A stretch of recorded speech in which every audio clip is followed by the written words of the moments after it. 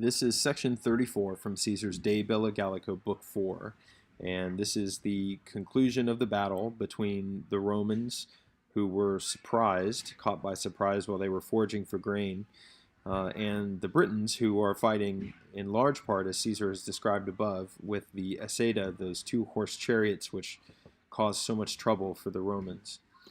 So with our men disturbed, thrown into a confusion by which events, or by these things, by the novelty of the battle, and again pointing back to those chariots, at the most favorable or opportune time, Caesar brought help. For at his arrival, the enemies stopped. They halted. They took a stand there.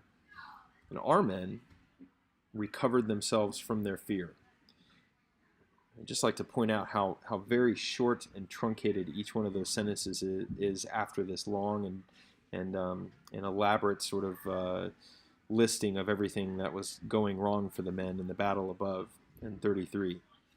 So with which thing having been done, with this thing having been done, and we're talking about Caesar still, Caesar having judged or esteemed or thought that the time was alienum, was not right, was alien, was unsuitable for attacking the enemy, provoking or attacking the enemy, and for essentially beginning a battle. Notice he says beginning here, as if a battle hasn't happened, but I think he's saying that the battle had stopped and he could have provoked a new one or a continuation of it if he wanted to.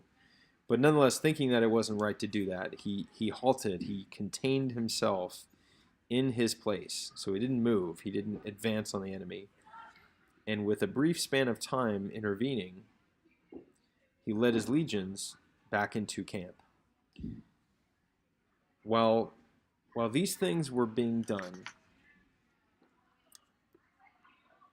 while these things were happening, were occurring, were being done, with all of our men busy, the rest who were in the fields, and we're talking about the enemy here, so the rest of the men who were in the fields departed.